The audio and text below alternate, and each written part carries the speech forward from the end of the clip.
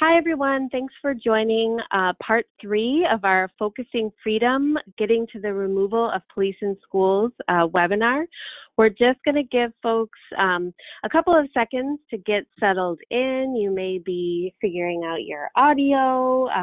We have all of our panelists on. If you are having trouble hearing, although you wouldn't be able to hear my voice if you're having trouble connecting or seeing the screen, you should see the image of Focusing Freedom on your screen in front of you right now. You can reach out in the chat box, which should be like a gray box to the right of your screen, and you can share that way, and someone will be able to follow up with you and help you with any technical issues. You can also be sharing, Tafari is the person who's saying hello now, who will be able to help you. You can also ask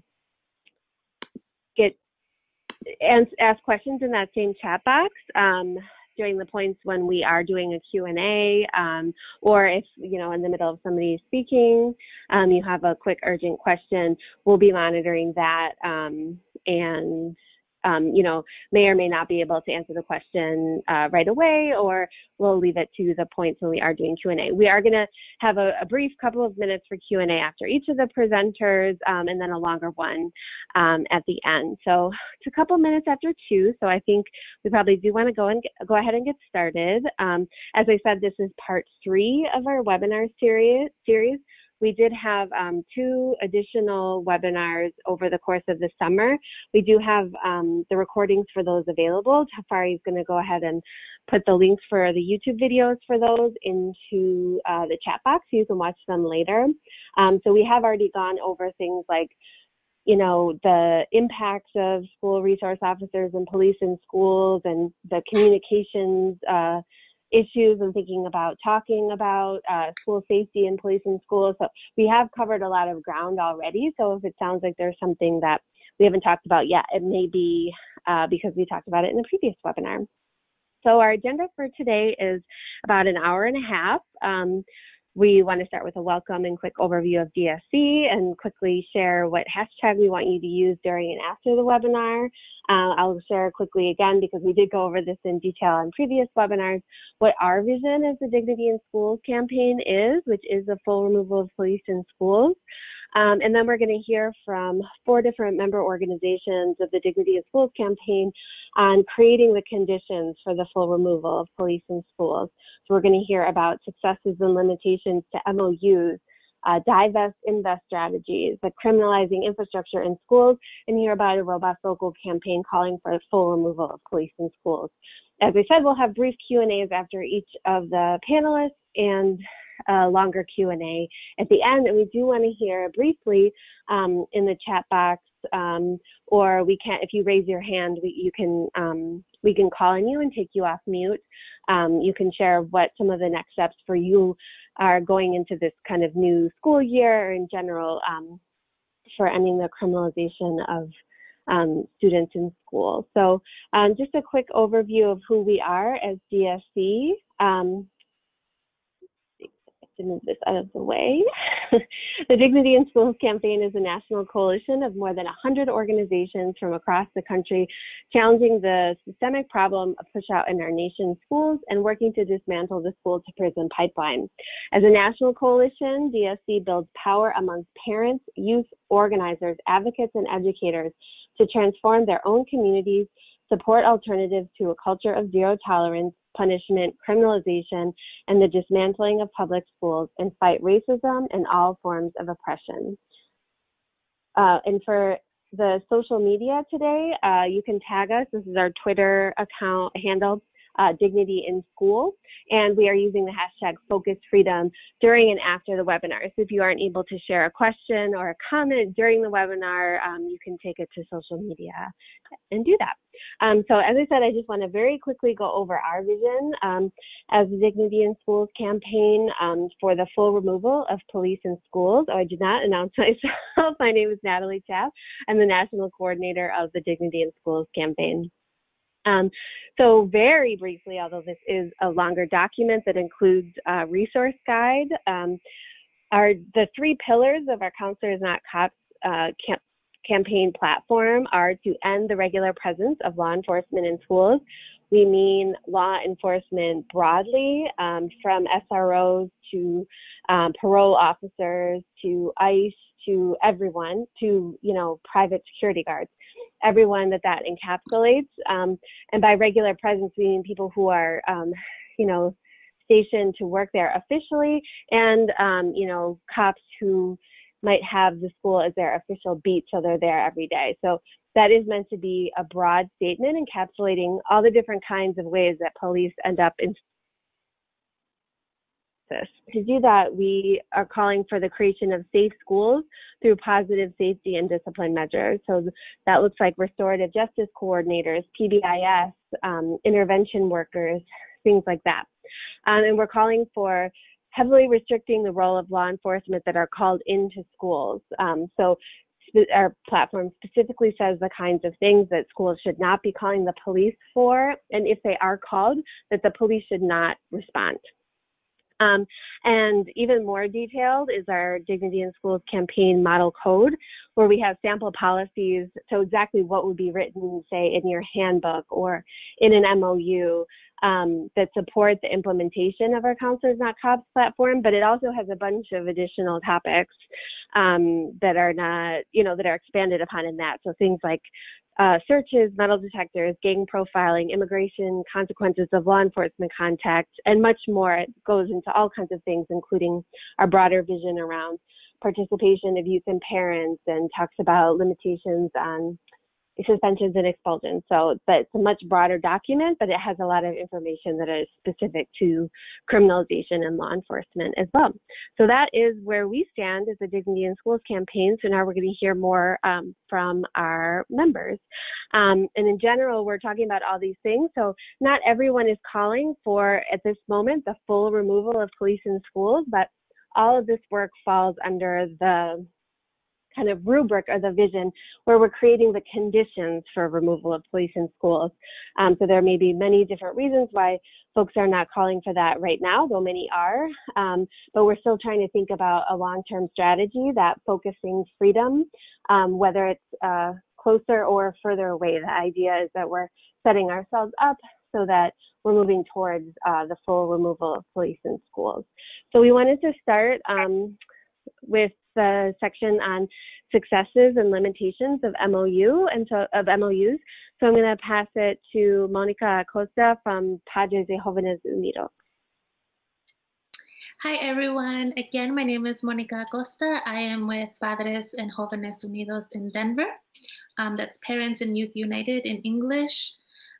We are just very briefly about who we are for those of you that don't know us. We've been around for 28 years now. We are intergenerational, so we believe that in order to build the kind of power that we need to win our campaigns, we need to be organizing entire families. So our primary membership right now consists of youth and parents and community members of color, mostly Black and Brown.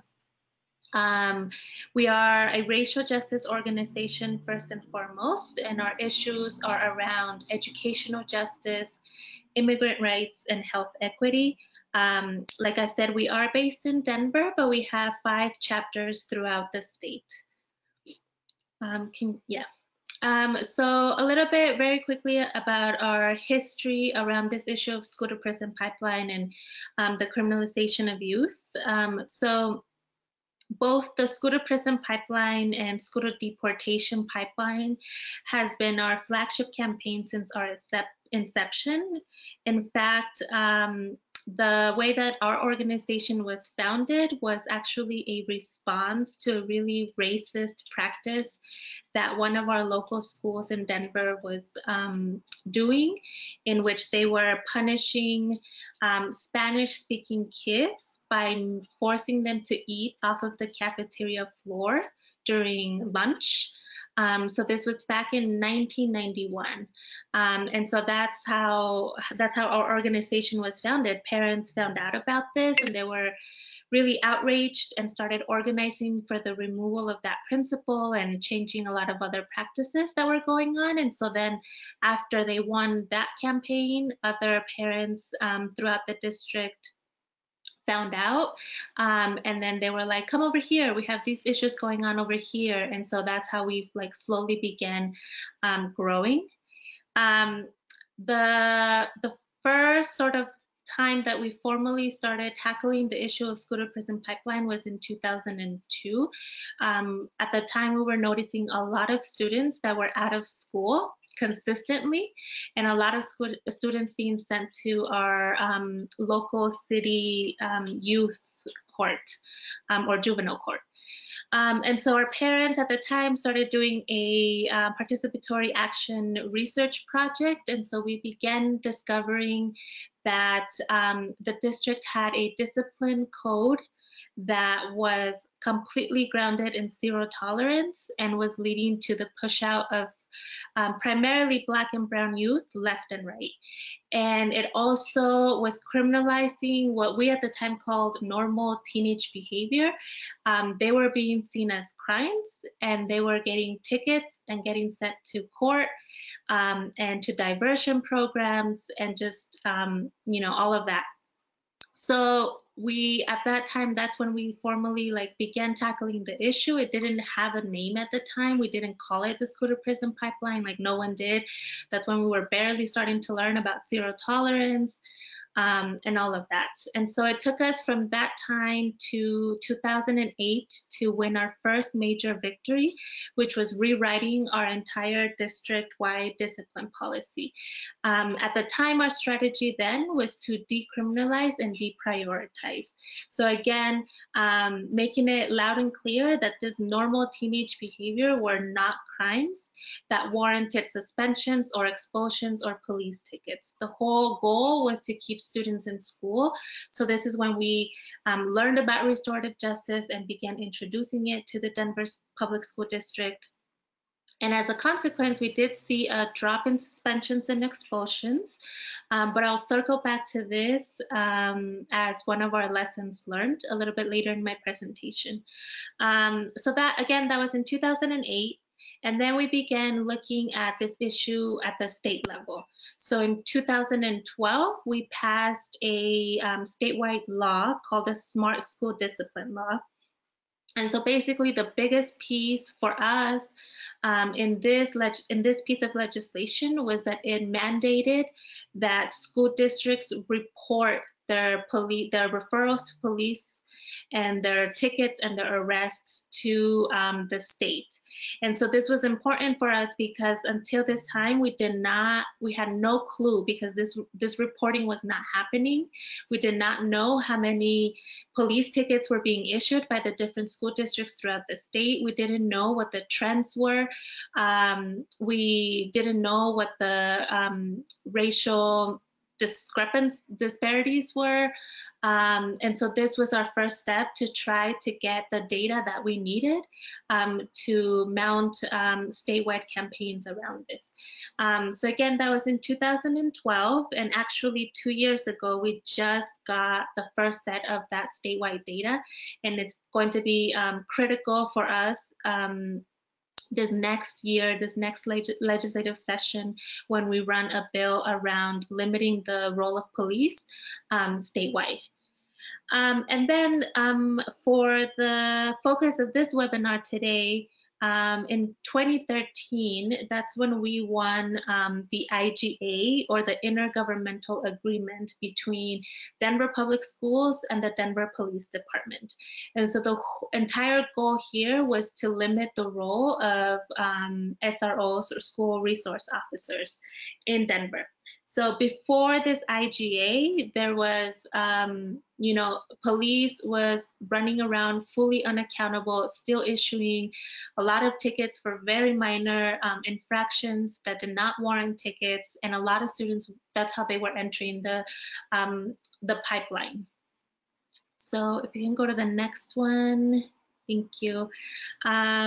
So for us, the IGA was first and foremost an organizing opportunity for us around not just our School to Prison Pipeline campaign, but really it provided us with an opportunity to begin educating community, youth, parents, everyone, even educators about school police.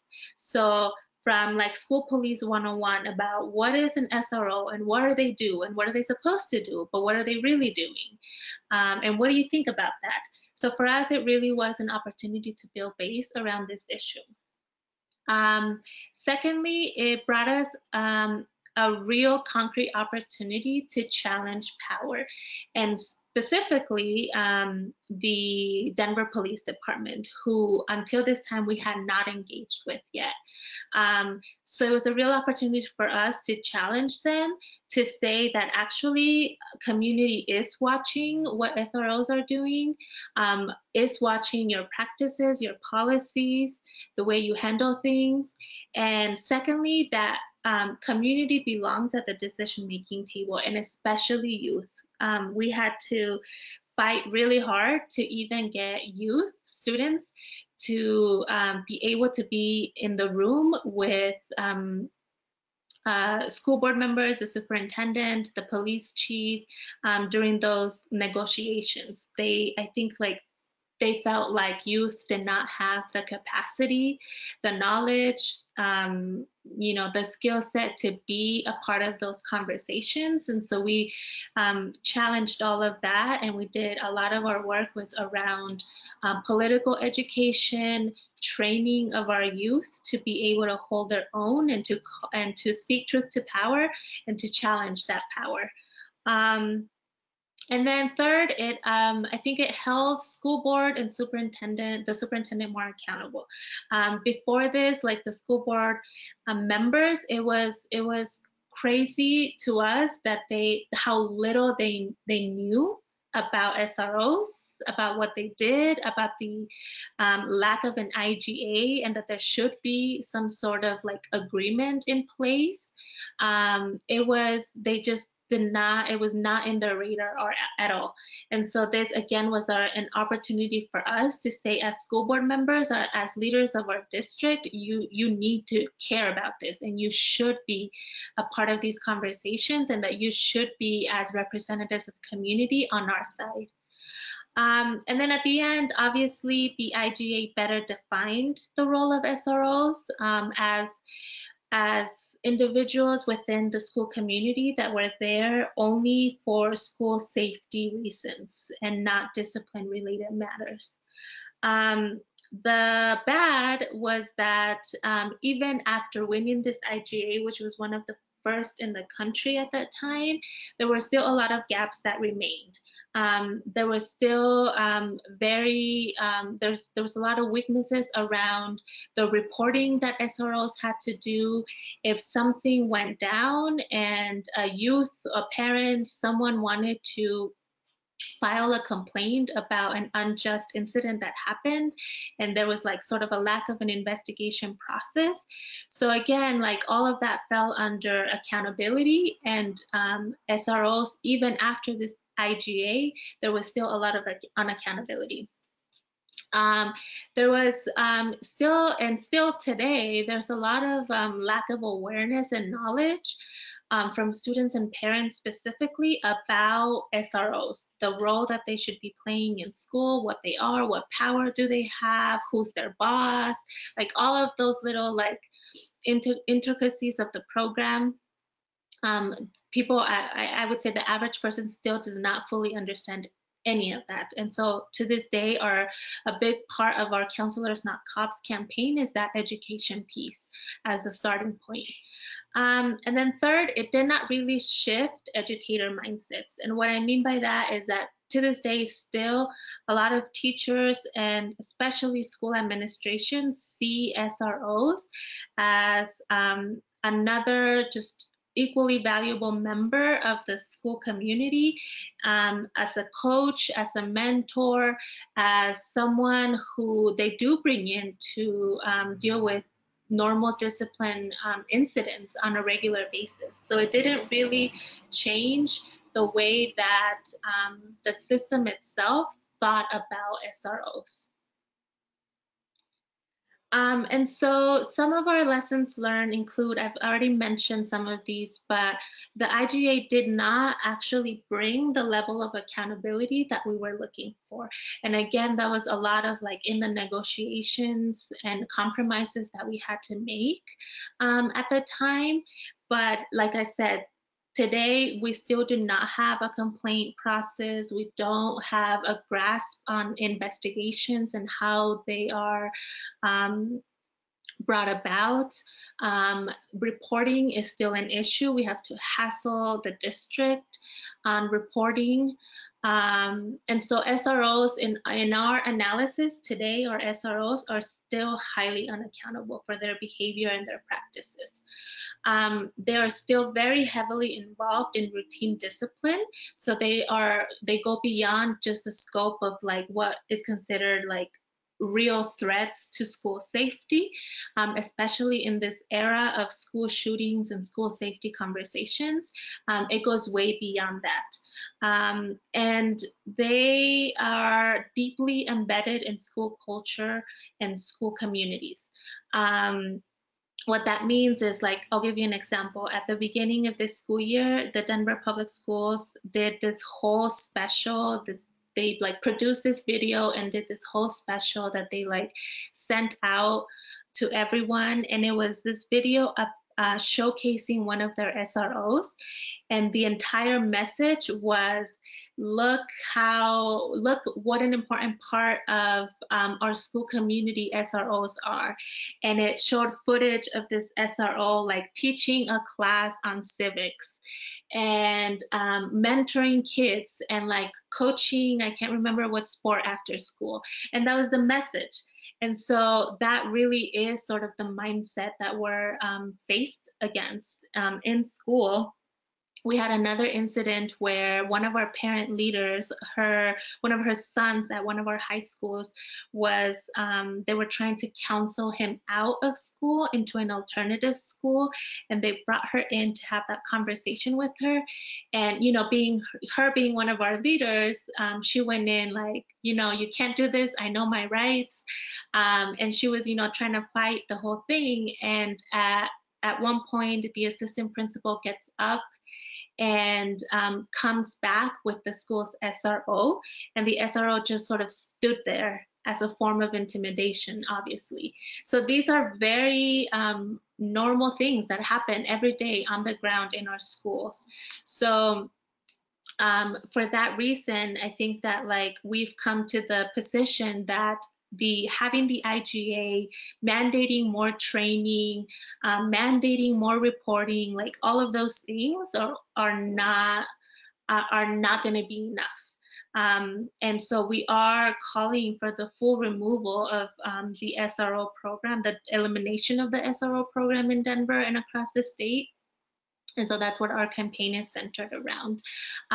The other reason is because the other huge lesson learned is that as we began sort of winning campaigns and sort of calling attention to these issues, saying like, we're watching you, as we became louder, the system began shifting. So what I mean by that is that as we began calling for the removal of SROs, we discovered that our school district in Denver was making moves to become post-certified. And what that means is that they are making moves to establish their own internal police force, similar to what other cities across the country like Oakland and others have.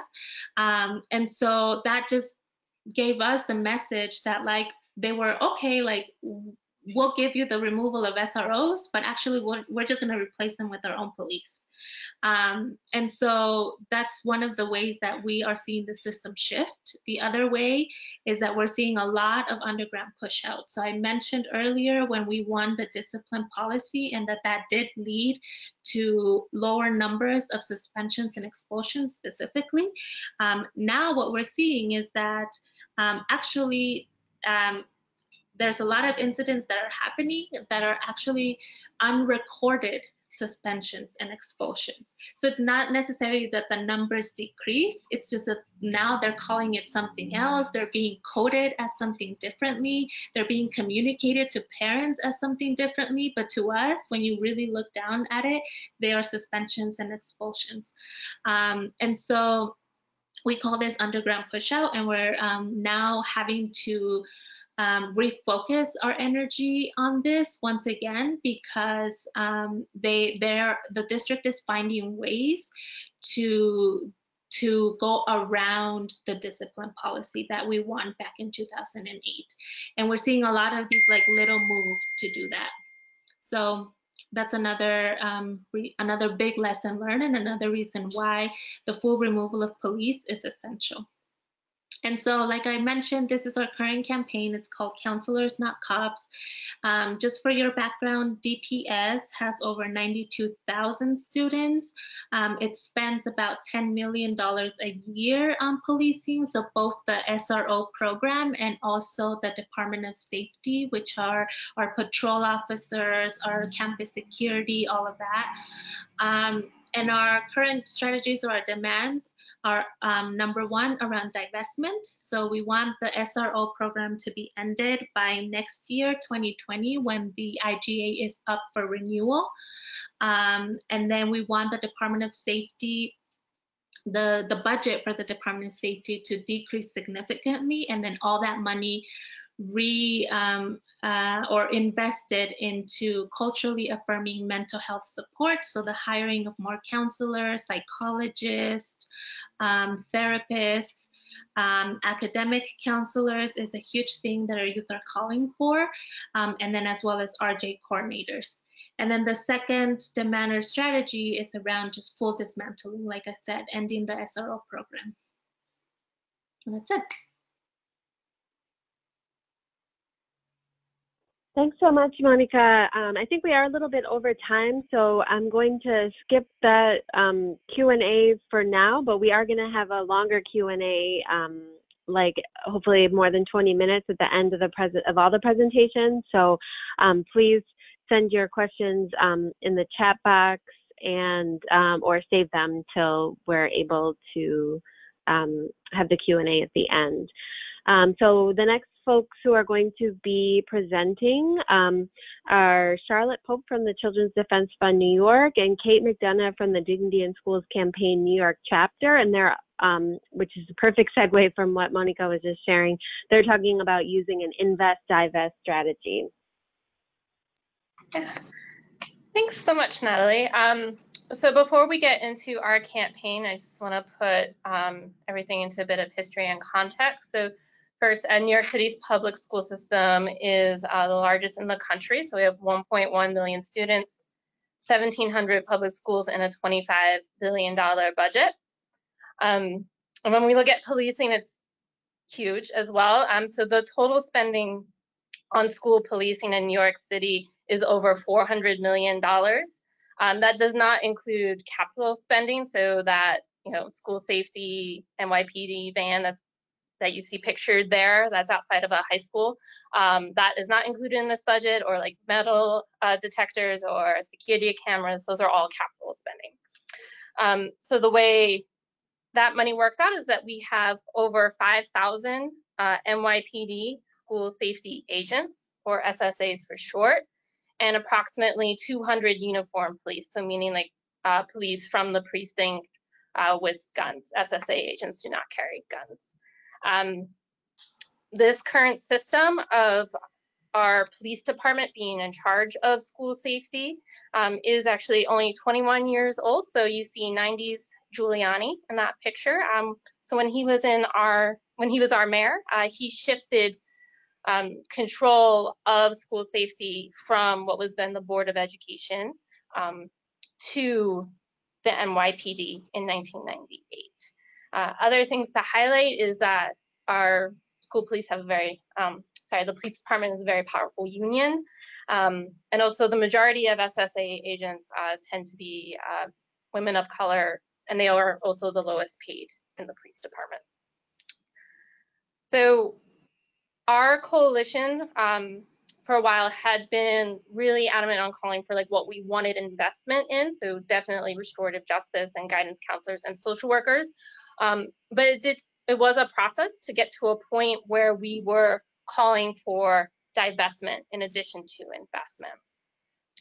So after really years of conversation, just last year, we decided to do a survey where all the organizations that are a part of DFC New York talked about their positions. And what we found when we did this survey is actually there was consensus on a future vision of schools without SSA agents and the presence of police. So in this picture, even like you see some maybes, even with that, there just needed to be like a little bit more nuance and like figuring out how we get to the removal of police or the divestment. It wasn't like an absolute no.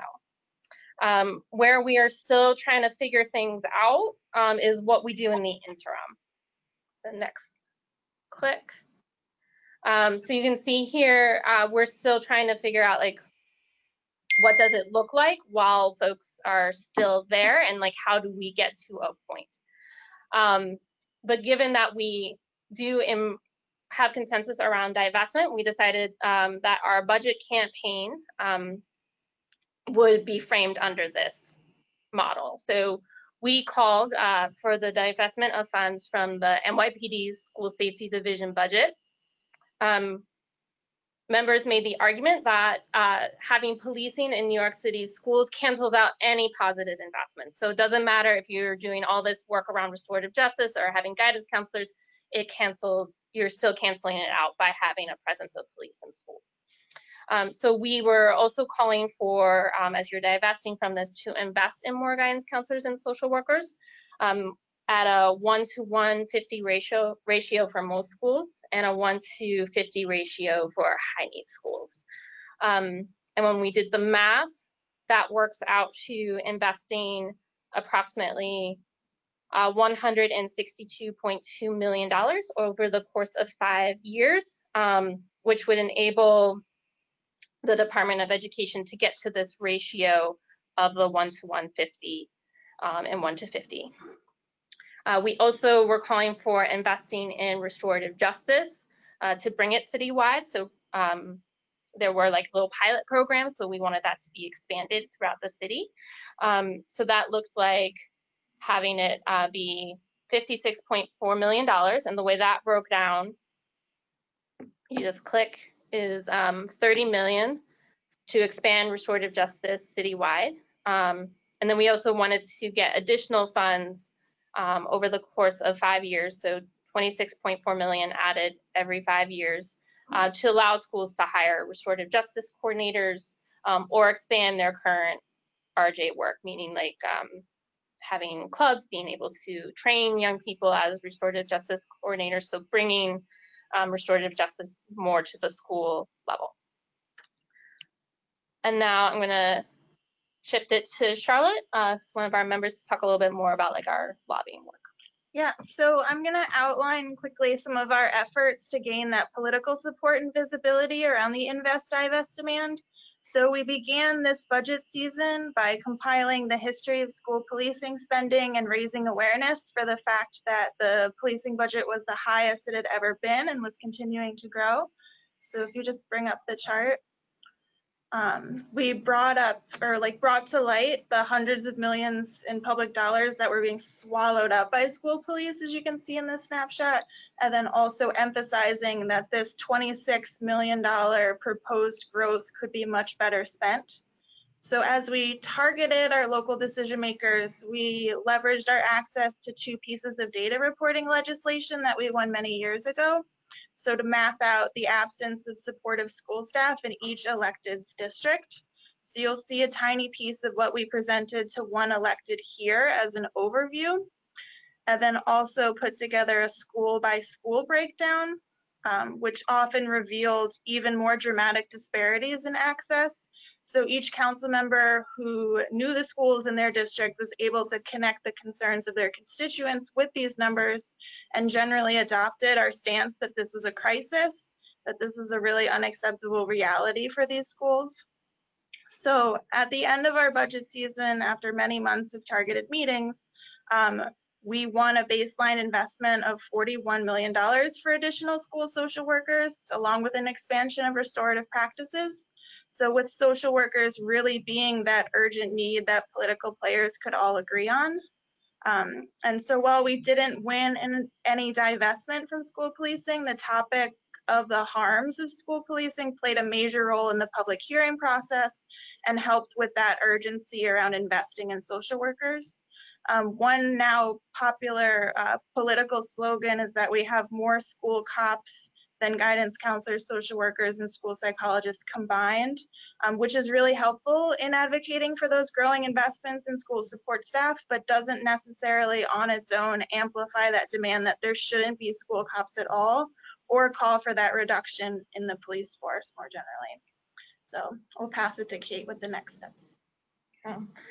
Just real quick, some lessons learned, because we just went through this budget cycle, is that we just need to be clear on divestment. So we got agreement that the spending on police and schools was too big, but we didn't have like a clear pathway on like how we could divest from that. So we just need to do a little bit more work around that on our end.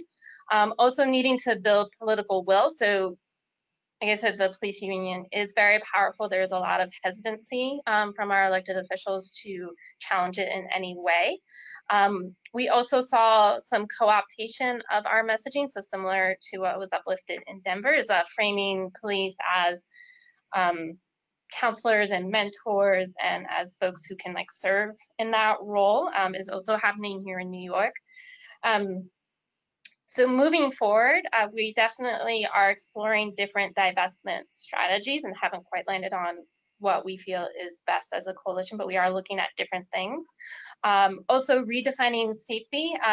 So that is another thing that comes up when meeting with folks, is this linking safety as being something that can only be provided by police, which we know is not true.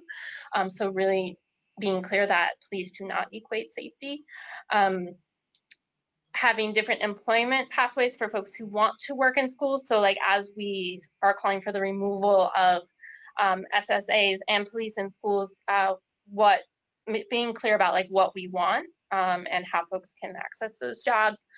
And then also just exploring how to take advantage of 2021 city elections. So that is a very big year in New York City. Our mayor, Bill de Blasio, is terming out.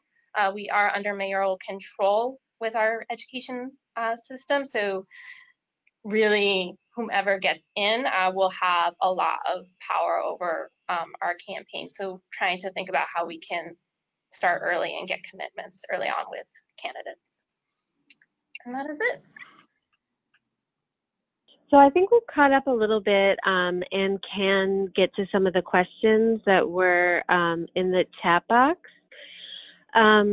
So this is a really difficult question. I'm posing it. This came in while Monica was speaking, so I'm posing it to both groups that have shared already. The question is a parent, my child was killed at a school-sponsored event at the hands of the Hillsborough County Sheriff deputies who serve at SROs. My child was removed from the event, photographed, transported, and abandoned on a dark road at night. How can advocacy efforts be applied to this issue by your organization? FYI, as a parent, I was not called.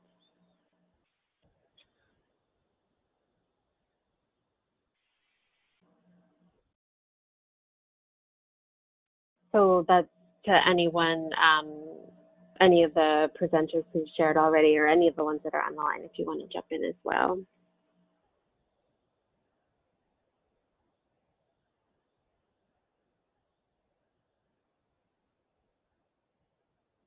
I think that, well, first of all, I'm so sorry to hear that. That's terrible. I think that cases like these are opportunities for organizing and to really drive the message home that the police that is policing in our streets is the same police that is in schools, that there's really no difference. At the end of the day, police, the job of police, whether they're SROs or not, is to uphold the law and to control situations, right?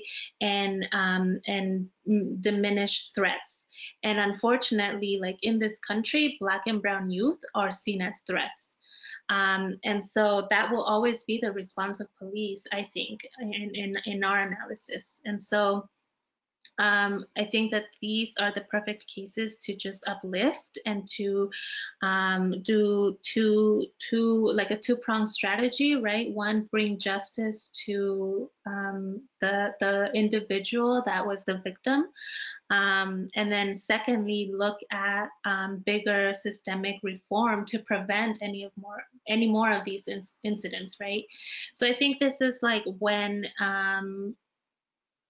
organizations that focus on educational justice or in school organizing can have a strategic partnership and alliance with the groups that do more like police brutality or police accountability on a larger scale.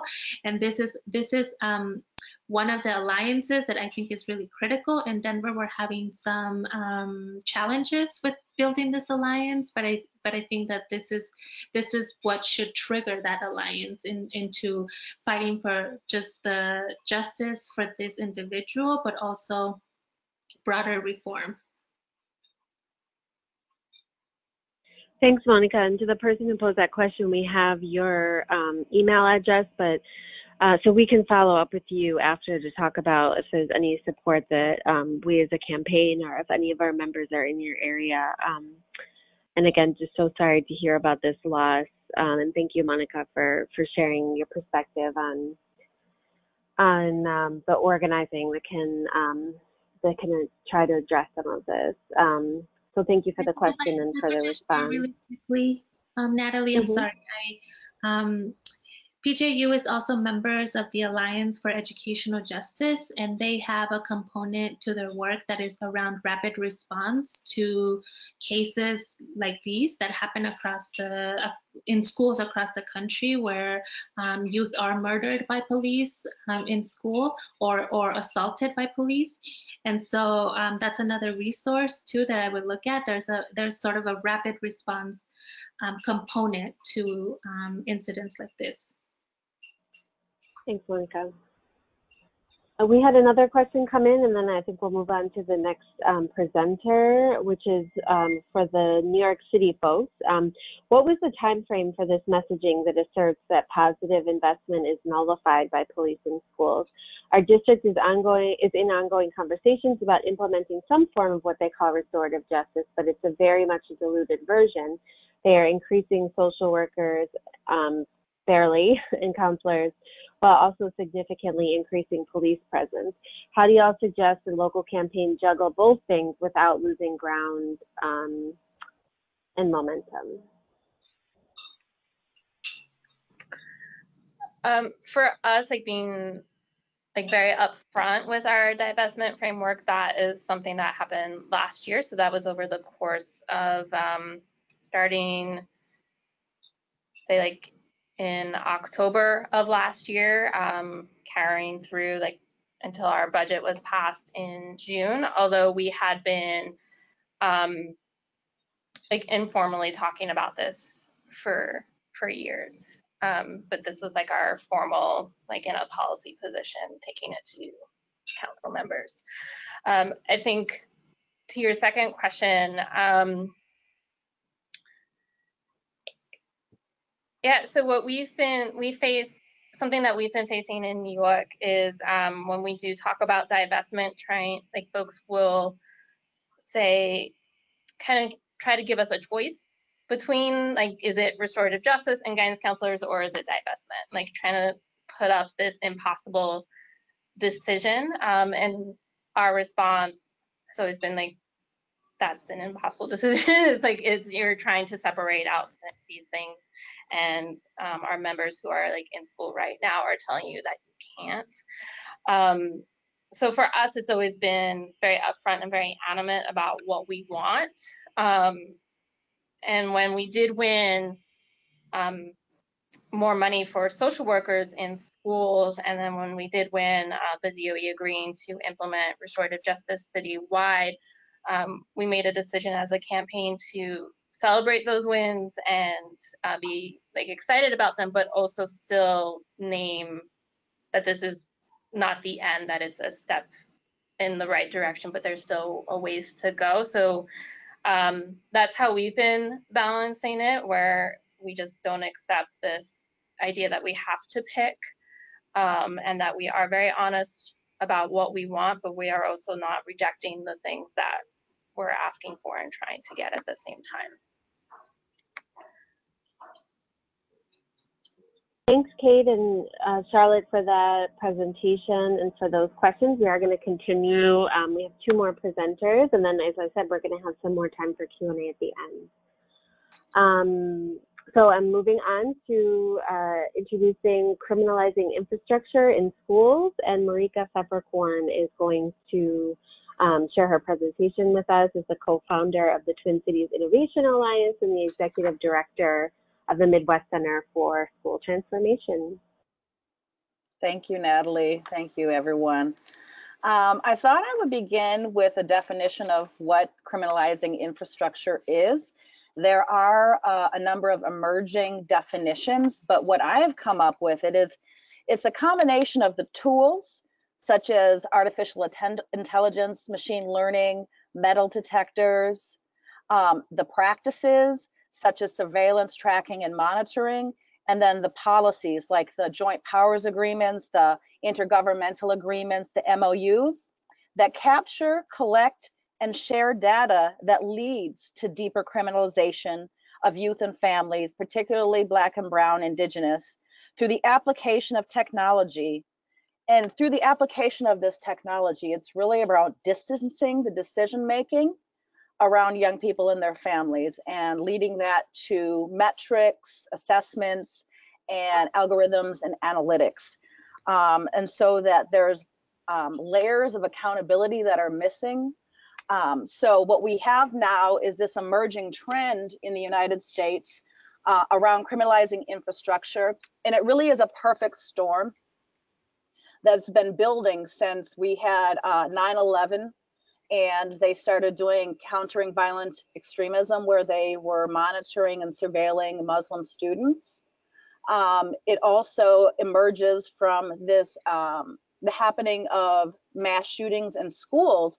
So recently, there really has been a deep investment of resources and money to support schools to address these issues through a safety lens.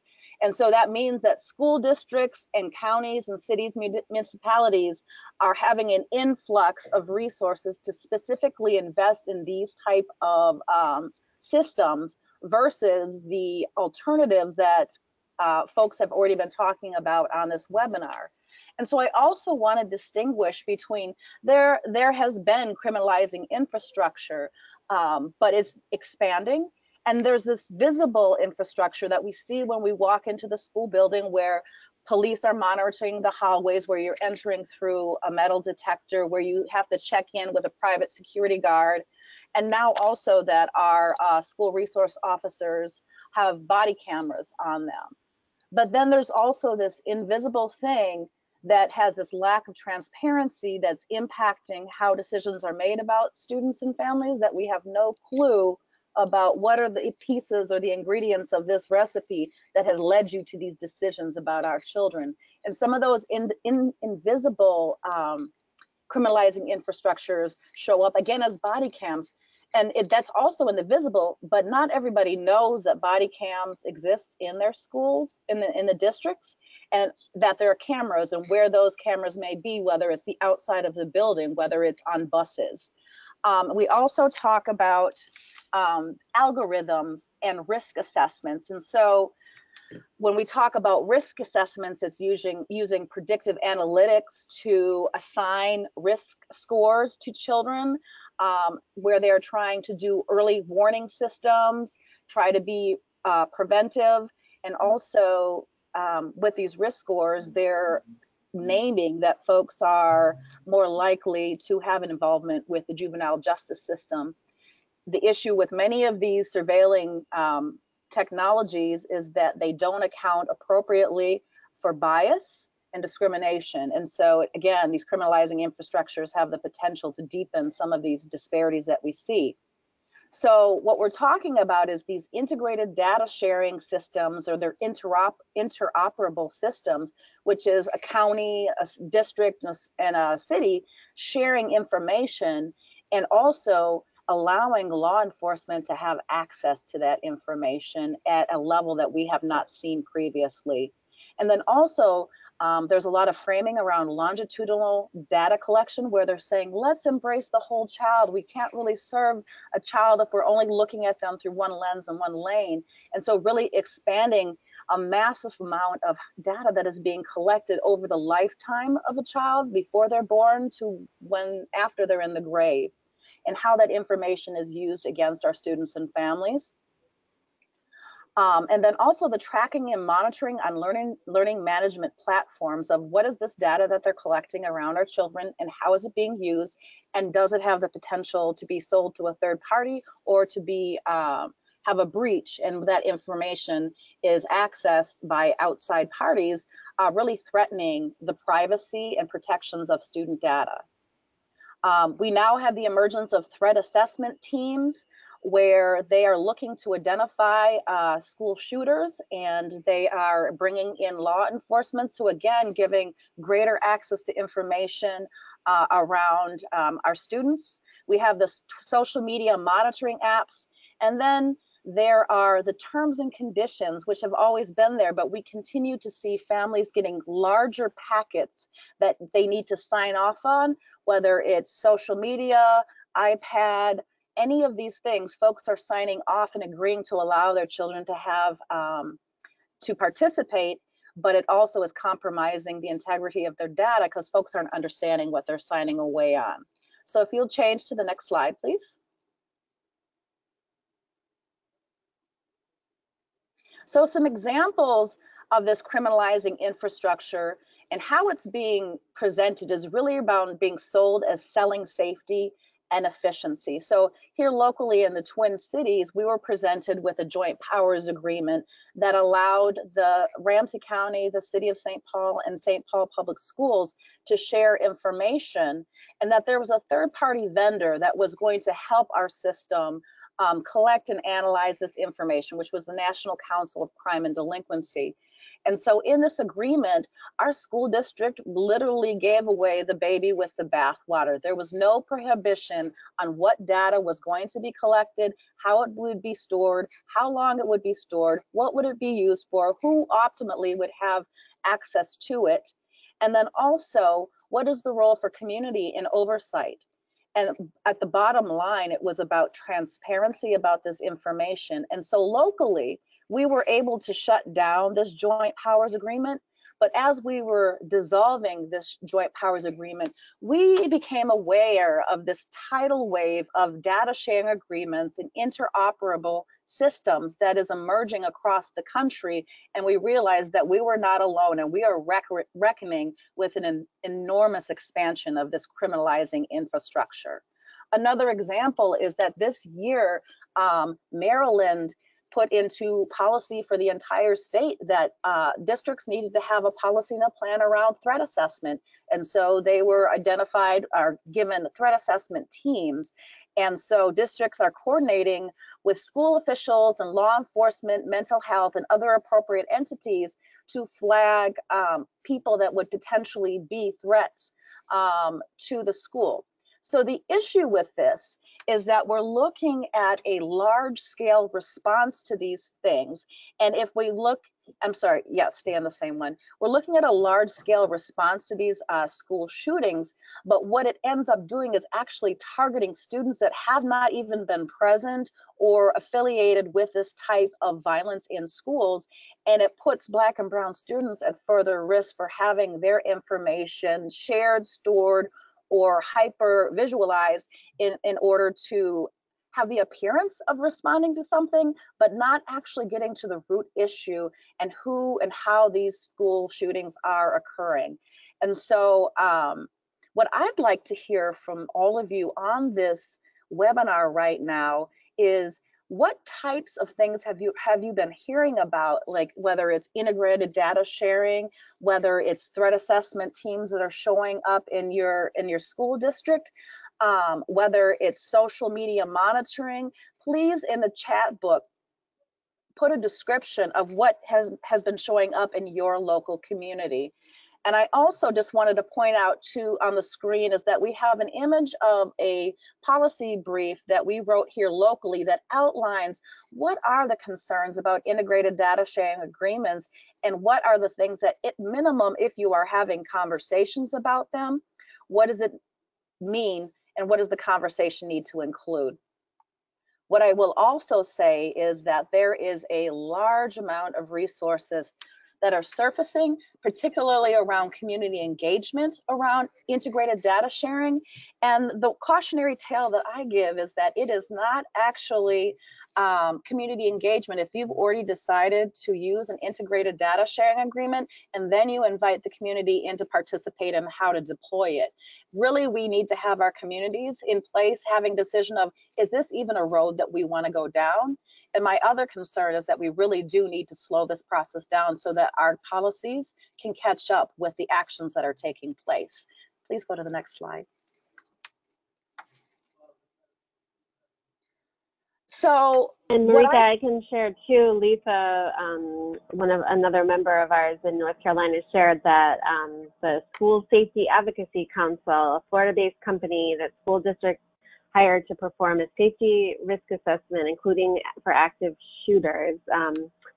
They opposed it, of course, the organizations in North Carolina, but they have been hired to do an assessment. So that was just because you called for an example, that was an example I wanted to share. And if anybody has heard of that company specifically, if you want information. And I really appreciate this because these conversations need to happen also around the vendors that are providing these services. I was sitting at a table with vendors and asking, where is the accountability and the transparency with the school districts? And the vendor said that they often find themselves in the seat of providing guidance to the school districts. And if that's selling solutions is their role, they do not need to be the ones that are telling the school districts, well, you also should be thinking about this, and did you do that, and following up with those pieces. And so we really need to be cognizant or aware of who are these vendors and what roles are they allowed to play. So for example, this just showed up in the media recently that OnGuard, which is a Maryland-based security company, has packaged artificial intelligence algorithms to detect violent school threats before they occur. And so that shows up with 24/7 social media monitoring by Secret Service, former Secret Service agents. And this is the language that they use in the description of their products. So they have this platform of tools that they're selling to school districts that has the social media monitoring, it has the cameras on the bus, and so it's a whole platform of tools and equipment that again removes decision making and surveillance out of the school district into the hands of folks that have a different type of lens that is than what is developmentally appropriate and who should be actually intervening and interacting in these situations. And we propose again that it is administrators, that it is teachers, it is social workers, and it is school counselors that need to be addressing these things.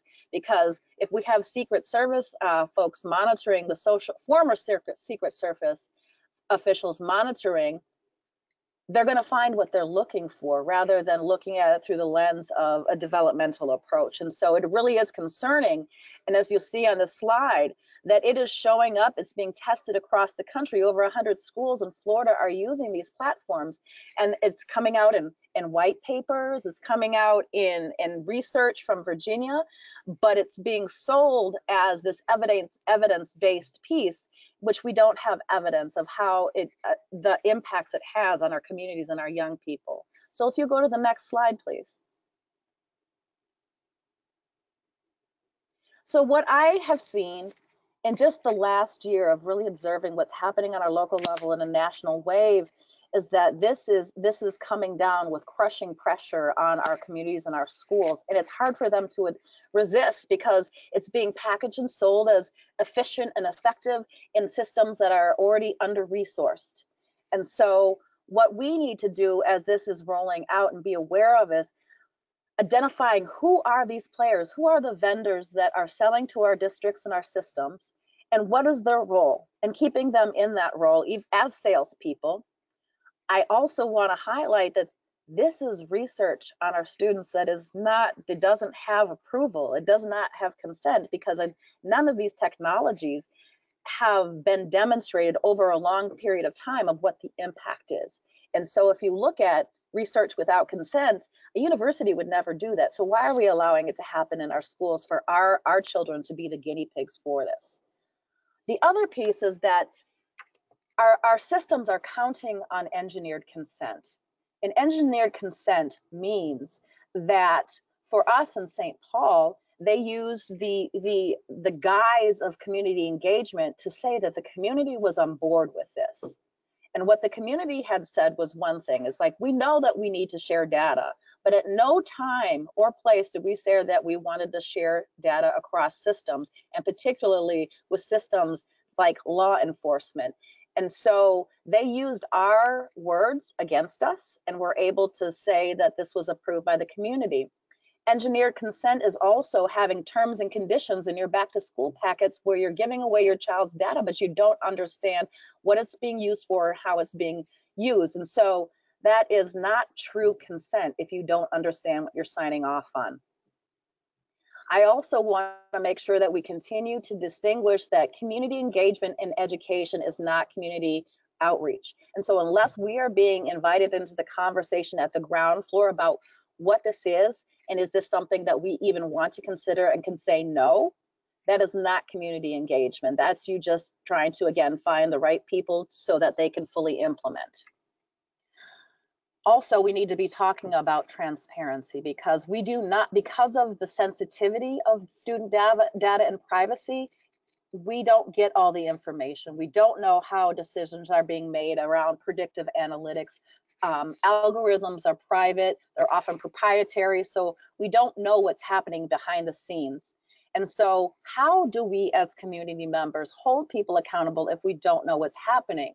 In the Twin Cities in St. Paul, the way they structured our joint powers agreement is it structurally excluded community members from being a part of the governing board. So there was no way for community members to be involved in oversight. So how do we know who's getting the data and what they're doing with the data? Because we know that with the data in the past, you have to have a clear sense of what is it that we're looking for, and that's the only thing that you're looking for, because all of a sudden you might find yourself like, oh, I see a trend over here, and I see a trend over here, and it aligns with what we're trying to do over here. And so you start using data all over the place without having clear parameters. The other thing, address inclusion. Community is structurally excluded. Follow the money. So one of the issues that we came up with was that none of our systems could tell us how much this cost. We knew that there was a membership that was involved in order to be a part of this governing body, but we didn't know how much it cost. How much does the software and equipment cost to buy? Our vendors were offering to pilot for the first 2 years, but what is the long-term cost that we have to continue to maintain and upkeep any of this equipment or technology? And then following the money is who is benefiting from this? Who are the vendors? Who are the ambassadors? Because they're also using former superintendents, school administrators, school IT folk to sell this to other districts. So follow the money, but name the players.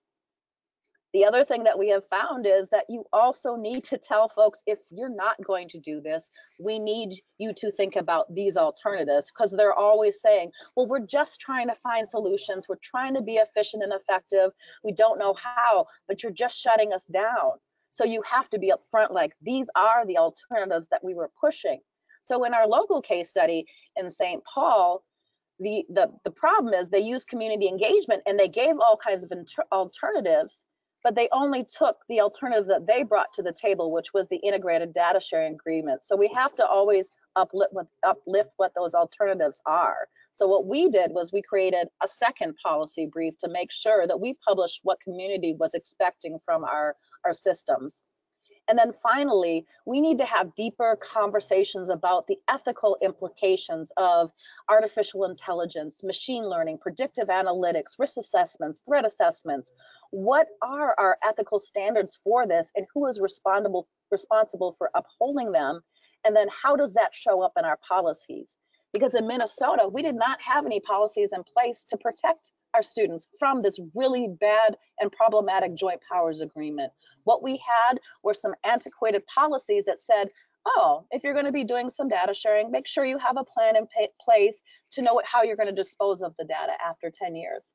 And the other disconnect is that the folks that agreed to our local joint power sharing agreement didn't know about that state law. They had attorneys, they had school district folks, they had researchers all looking at the information. So how is it that we got this far down the road with such a problematic product that they were not aware of these gaps in their the legality of it and the ethical concerns that we raised along the way?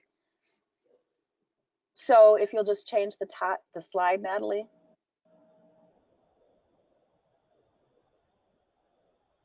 So now what? One of the things that we're doing here is we're trying to translate our learning across the country. And so we have launched the Data for Public Good campaign. And we're looking to partner with you as members of this or participants on this webinar. We are going to ask that you do some co-research in your local community to find out what type of technological applications are being applied, whether you have an integrated data sharing agreement. And so we're going to be doing an informational webinar on how to participate in a local survey. We'll be giving you a data primer. We'll be giving you a workshop to do some exploration in your local community, and we invite you to be a part of that process. And the outcome of that is we are looking to do a heat map across the United States to show how this emerging technological trend is impacting education. That'll also give us insight about where we need to target our resources and energy about putting policies in place immediately that will protect students. The second piece is that I know it's a huge topic, criminalizing infrastructure. So this is just a little snapshot of it. On October 15th, we're going to do a deeper dive, and we're inviting Dr. Roxana Mariucci, and we're going to talk about No Data About Us Without Us, which will also encompass criminalizing infrastructure, and that's on October 15th.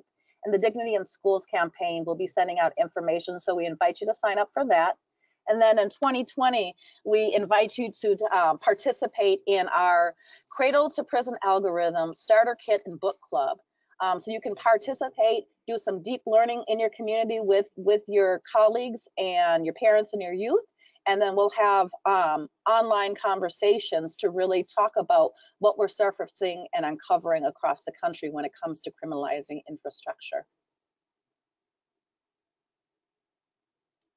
Thanks so much, Marika. And I think we are, again, like a little behind on time. So I'm going to hold questions for Marika until after the next presenter speaks, and then we'll have a little bit more time for Q&A. I do see several good questions in the chat box, so we will get to those.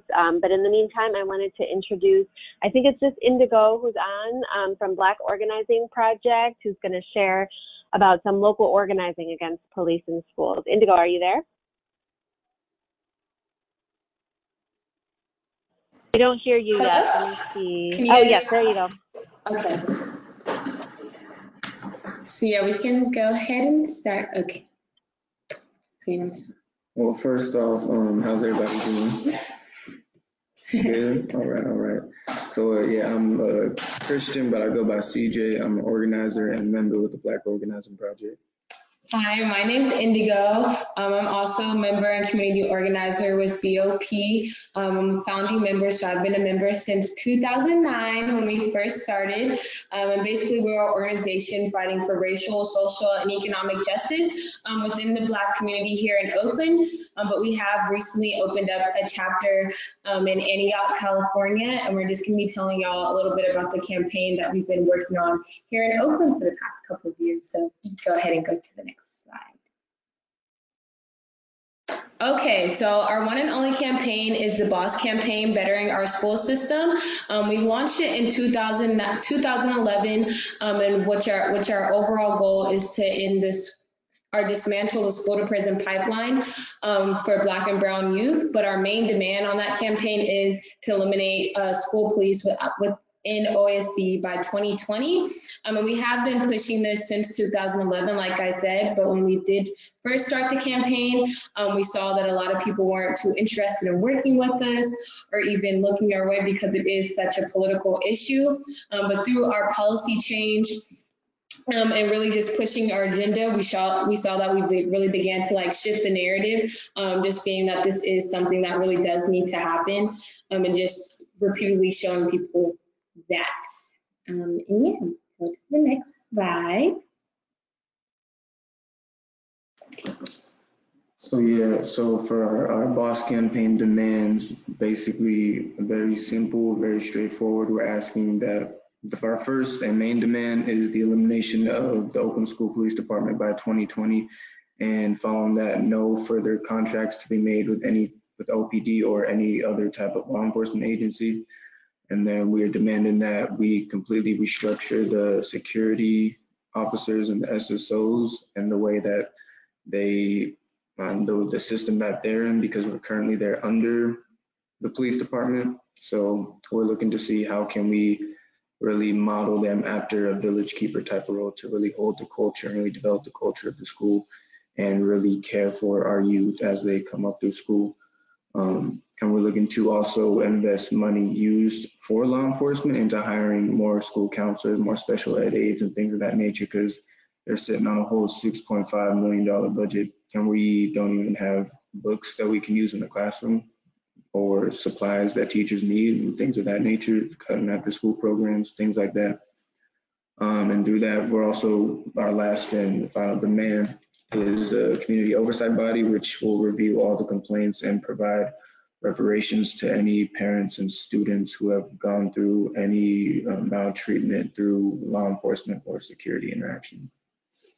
You can move on to the next slide, please. Okay, so as I stated before, we've had a couple policy wins within our campaign. So the first one being in 2012, we implemented our police complaint policy. So this complaint policy is a way for students, teachers, and parents to file complaints against school police officers. And it also is a way to track these complaints, because prior to this, there was no clear-cut way of like seeing what's going on within our schools, how these police officers are interacting with our community and such. So this is a very cool tool we use. And then in 2014, we've created our Memorandum of Understanding, which is basically a contract between the Oakland School Police Department, Oakland Unified School District, and Oakland Police Department, which really defines and limits the roles of these school police officers, because once again, prior to this, these officers were on campuses with no clear-cut agenda. They could be there from any time to any time, really doing anything they want with no say-so or anything. And then soon after that, in 2014, we got our board policy passed, which really mirrors the Memorandum of Understanding. It was between Oakland School Police Department and the school board. And then lastly, in 2015, we had the elimination of willful defiance. So I'm not too sure how familiar a lot of y'all are with what willful defiance is, but it can really be classified as anything in the classroom. So we saw a lot of our students were being suspended and expelled for things such as talking on their phone, talking back in class, walking out, just about anything. So by getting this eliminated, we really saw that it could really hold teachers and other folks in the classroom and in schools accountable to like sit down with students and actually see what's going on with them rather than just trying to push them further into the school to prison pipeline. And then lastly, we got $2.3 million shifted into restorative justice for our open unified schools. And we can go ahead and come to the last slide, or the next slide, please. So yeah, it's very important the work that's being done to encompass the why. In the first place, we were looking to completely eliminate school police. So we foundationally live in a country that is built on anti-Black racism, white supremacy, but we're getting to the point where either there are really only two sides to be chosen. There's really no fence, there's really no middle ground anymore. It's really incarceration or liberation. Like, if you aren't with us, then you are only continuing to be a part of the problem at this point. So following that, even the current 6.5 million overinvestment that goes into OUSD school police is rooted directly within anti-Black racism, because our youth do not need to be policed at all, especially in an environment where they're supposed to be developing. And the fact that school push out leads to higher chances of incarceration. I mean, in California specifically, 90% of Black males without a high school diploma will go to jail by 35. 90%, right? 90%. We need to understand that these numbers, the numbers don't lie. It is heavily slanted against us for a very specific purpose. And Black students alone in OUSD make up 26%, so it's a quarter of the population within OUSD, and they make up 73% of the student arrests. So we're talking about a quarter of the population making up 3/4 of the arrests. So removing police in schools is just the beginning in terms of fully dismantling the entire school to prison pipeline and the mass incarceration of our Black and brown folks, especially starting with our youth. And we're hoping that Oakland will be the first in the country to fully remove them by 2020.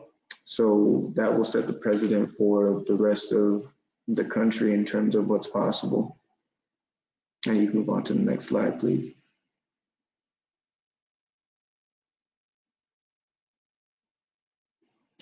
Okay, and yeah, we just wanted to end with this little MLK quote that we found. It says, "They do not realize that it was ridiculous to speak of timing when the clock of history shows that the Negro had already suffered 100 years of delay." Yeah, we can go to the very last slide.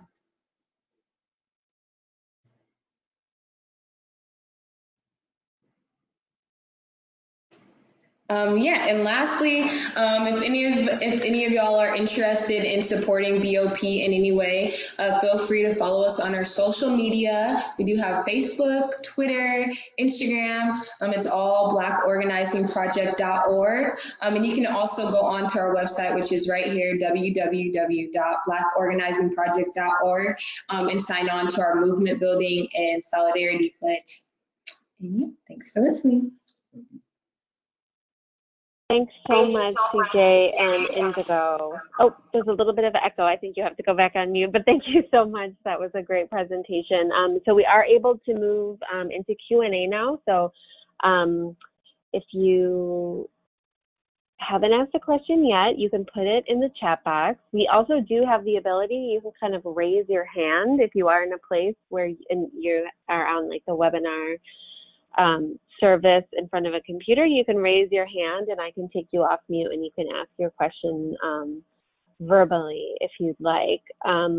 But in the meantime, I can start taking some of the questions that were put in. I mean, one simple one, but not so simple, of course, that we get all the time, is what do you say, and we did have a whole webinar on this topic already, but what do you say to parents and communities who are afraid for their children? That's obviously something that comes up a lot when we're talking about police in schools and school safety in general. So maybe if people could give their quick, like, couple line responses, and especially like, it sounded like for Padres and TSC New York that there were some conversations even amongst your membership to come to the decision that it was safer to remove police from schools.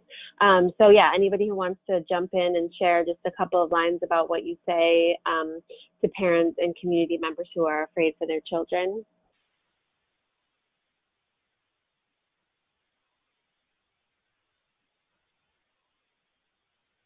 So for this question, I'm guessing you're meaning that a lot of people don't want to see their schools, or people are saying they don't want to see their schools without police. And if that is what they're getting at, something that we really hold true here in BOP in our spaces is that police do not equal safety for Black and brown youth.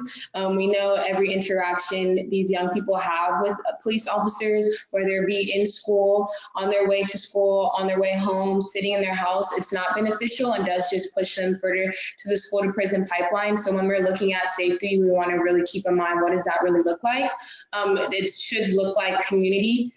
Just community working with these young students, like we said, maybe whether that be mentorships or other ways, but police do not equal safety for our students. So that's just having that conversation with folks and letting that be known, and just digging deeper into why, or what does safety actually look like for us.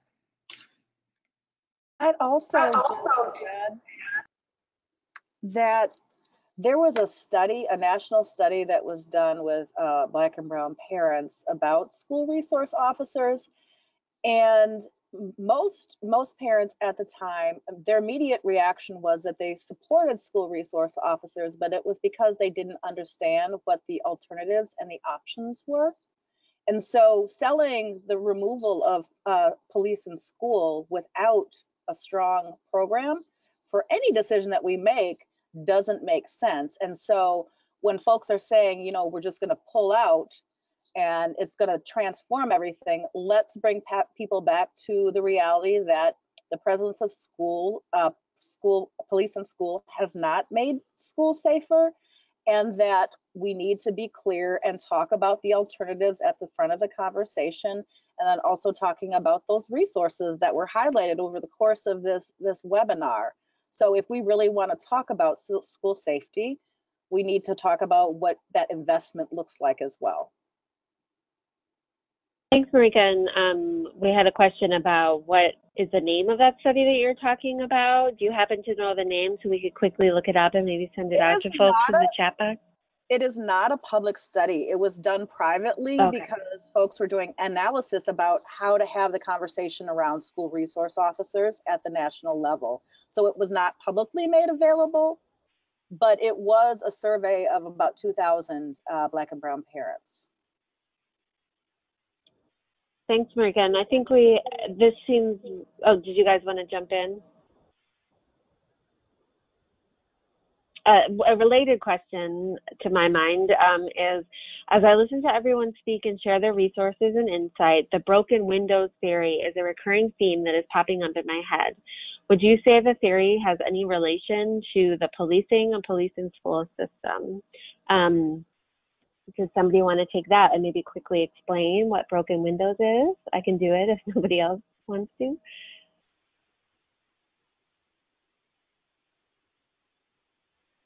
Go ahead, Natalie.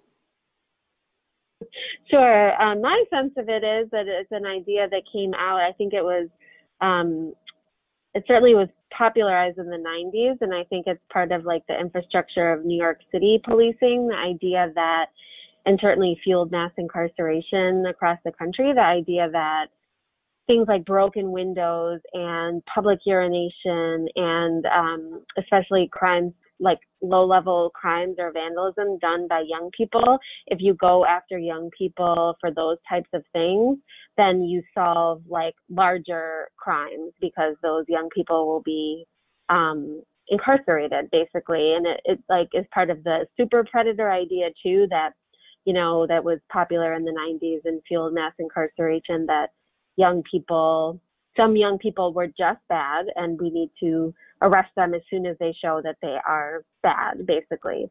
So that is something that continues to be part of how people view each other, young people, violence, all these types of things. So I don't know if other people want to jump in on that and how it relates to school policing and the way youth are viewed. Yeah, I mean, we are seeing that view be picked up and like continue to be expanded in New York City. So just last year, the NYPD announced that they were going to be bringing this community, what they call community policing model, which is really a broken windows model, to schools starting in the Bronx, and then with the goal of expanding it citywide. And it is this very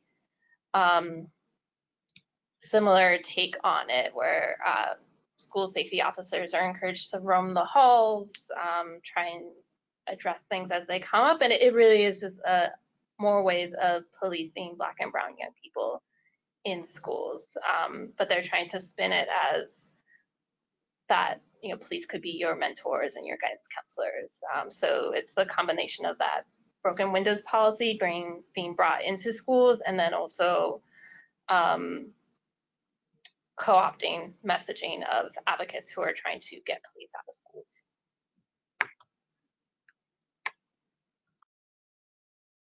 I can also, maybe we can take like one more question. Oh, Indigo, do you want to jump in? I was just going to say, in terms of the super predator and the broken window theory too, we have to acknowledge too who exactly they were talking about when they're talking about super predators, when they were talking about this generation of Black youth that were going to grow up and commit whatever crimes they try to attribute to us. Because one thing that we have to get past too is the fact that they are always trying to actively condition our own communities to believe certain things about ourselves, which we intrinsically know aren't true, but for whatever reason, we see it so much, and there's so much conditioning behind it that we get to a point where we believe it. We believe it when in actuality, they create the very parameters for criminalizing us the way they do, and then they just repackage it and ship it right back to our communities as the truth, as fact, as whatever they deem it so. But yeah, that's just my little take on the whole super predator image. Because yeah, that was wild. That was wild. Thanks, CJ. So we just have another couple minutes left, and we do want to get you out by 3:30 Eastern. So we are encouraging folks to take this conversation to Twitter, both for asking questions of the presenters, of us as Dignity in Schools campaign, of your feed, and you can use the hashtag Focus Freedom.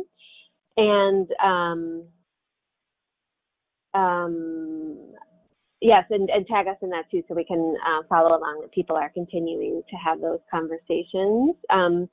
What we wanted to do is also, if people are able to share in the chat box and we can read them out, what are some of your next steps in working towards removing police from schools in your community?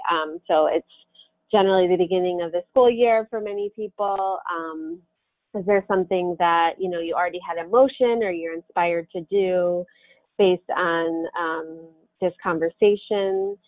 If people can just share that in the chat box or as a question, so we can share that out and leave feeling excited about all of the different things that people are going to be doing in their communities. We just had another chat. Somebody shared very good about what CJ said. Very good point. We have to stop believing their hype about us. Anybody want to share in the chat box some things that you might be doing as the school year is starting to remove police from schools, or build towards that, of course, even if it's something small?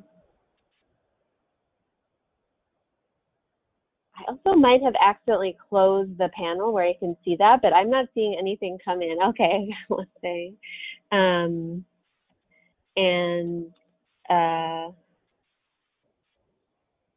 Oh, well, one point too about broken windows is that it also ignores the beginning part of that, which is about why are the abandoned buildings there in the first place for windows to be broken, weeds, all of that. So it's not, so not talking about like the disinvestment in communities that is part of that image of young people, you know, breaking windows in an abandoned building.